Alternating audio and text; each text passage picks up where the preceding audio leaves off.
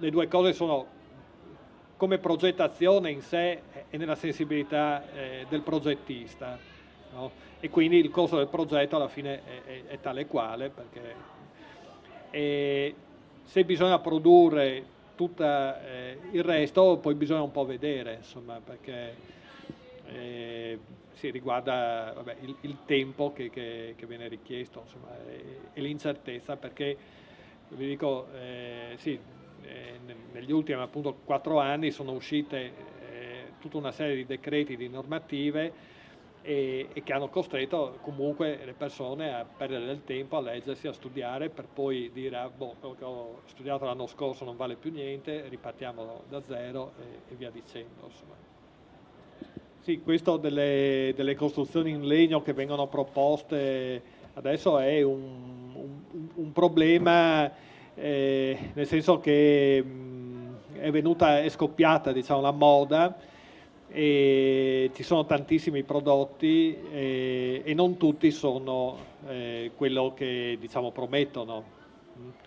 E come si fa? Beh, è abbastanza difficile così. Diciamo che in genere, diciamo, più diciamo che prodotti molto tecnologizzati hanno anche molti elementi diciamo, da cui stare in guardia, no? Per esempio, c'è un sistema che adesso va molto, che è stato ampiamente sperimentato anche per le sue qualità antisismiche, eccetera, e sono questi pannelli che si chiamano KLH e sono formati da una serie di tavole incollate, no?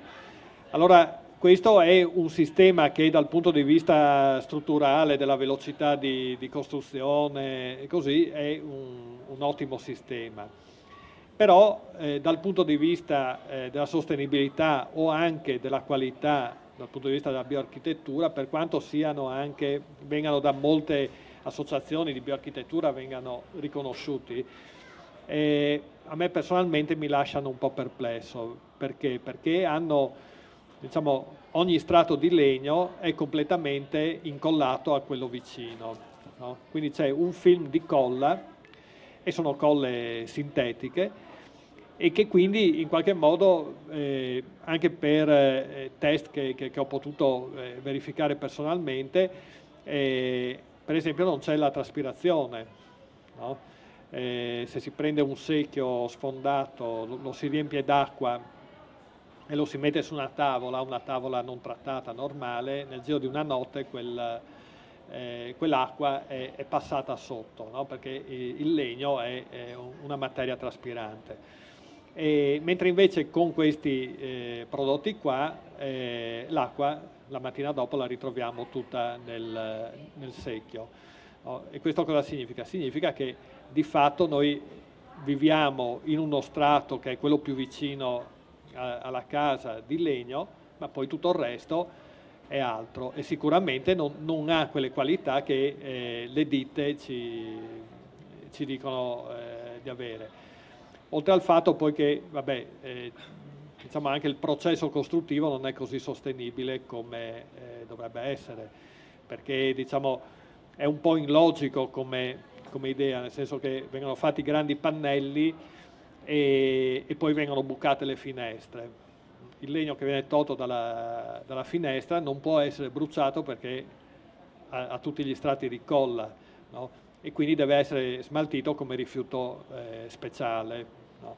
Allora, oltretutto poi dico, ma perché dobbiamo fare una cosa e poi, sai, ricorda la barzelletta di quelli che fanno il formaggio svizzero, che prima fanno il formaggio e poi fanno i buchi, insomma, no? Ecco, più o meno è questo. Quindi, sì, io quello che posso dire è che non c'è un modo, diciamo, bisogna entrare un po' studiare e capire come vengono fatti. Io, per quanto come architetto, so che come categoria non è che siamo, anzi abbiamo grossissime responsabilità, no? Però certo che un professionista indipendente è uno che dovrebbe garantire sulla scelta. Si tratta poi appunto di stabilire il classico rapporto di fiducia con un progettista.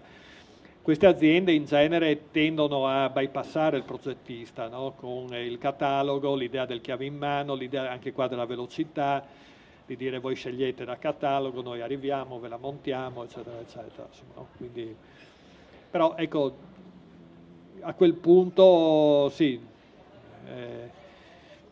forse sarà il prossimo libro che scrivo sul tema. Si possa aggiungere che sicuramente l'elemento più importante è prendere informazione anche sulle aziende, magari da chi le ha conosciute o ci ha lavorato. Io personalmente ho lavorato 2 anni in un'azienda, realizzavamo tetti in legno lamellare, non vi manderei mai a comprare un tetto in legno lamellare dell'azienda dove lavoravo io, perché ci sono tutta una serie di logiche che sono illogiche e per cui se io ci andassi magari direi dovete fare così e così e così e vengo lì a vedere che lo fate, perché se non vengo lì a vedere che lo fate so che non lo fate. E, sì, non è per cattiveria o per quanto, ma uno quando ci vive dentro vede le cose come funzionano. E, inoltre c'è il discorso sicuramente che utilizzare, come diceva l'architetto, tecnologie che usano strati e colla impediscono poi di avere il materiale iniziale, primario, da poter eventualmente riutilizzare o riciclare, e il che invece è impossibile ovviamente con tecnologie del genere. Per esempio nei tetti, scusate, nelle pareti ci sono altre tecniche, quelle delle pareti a telaio per esempio, classiche, dove si usa una chiodatura, non si usano collanti diciamo, e dove per esempio l'isolante è messo all'interno. Quando io dovessi tirare giù questa cosa non faccio altro che togliere i chiodi, tirare fuori l'isolante, tirare fuori il legno e quello è. Secondo me, io dalla mia esperienza comunque insomma ho sempre progettato diciamo pareti di questo genere e da questo punto di vista sono efficienti. Sicuramente le altre hanno altri gradi di efficienza per quanto riguarda soprattutto però l'aspetto produttivo, e a noi dovrebbe interessare meno l'aspetto produttivo, perché se un'azienda lo fa perché a lei conviene, a me non interessa, a me interessa che convenga a me che vado ad acquistare la cosa. Questo diciamo così per dare degli input, e quindi sì, credo che la cosa sia cercare di conoscere l'azienda a cui ci si rivolge, conoscerla se possibile più possibile per vie traverse, che sono le migliori secondo me. Ci sono altre domande? Vorrei concludere facendo magari una domanda io, perché magari qui si è parlato tanto della casa, no, all'acquisto di una casa, o comunque la casa nuova, però il nostro problema molto spesso è invece di avere una casa, che ce l'ho già, o che ci abito già, e che magari non mi trasferirò in un'altra per i prossimi 10-20 anni, la domanda che sorge spontanea è: cosa potrei fare per migliorare qualcosa all'interno, magari interventi rapidi, non devastanti o costosissimi, ma che magari posso farmi, non dico magari io personalmente, oppure sì, se sono uno che gli piace fare il bricolage o cose del genere, o comunque rivolgermi a qualcuno, insomma qualche amico che ha qualche competenza e magari poter avere dei miglioramenti, insomma. Beh, sì, il miglioramento, chiaramente anche questo sarebbe la via più sostenibile, cioè quella di migliorare le case che già ci sono. E che cosa si può fare? Beh, ogni periodo, diciamo, di costruzione ha i suoi problemi. Le case, quelle diciamo più diffuse appunto del dopoguerra, hanno sicuramente un problema di isolamento termico, no? Allora cosa si può fare? Beh, l'intervento sui serramenti, l'intervento sui sui radiatori, no?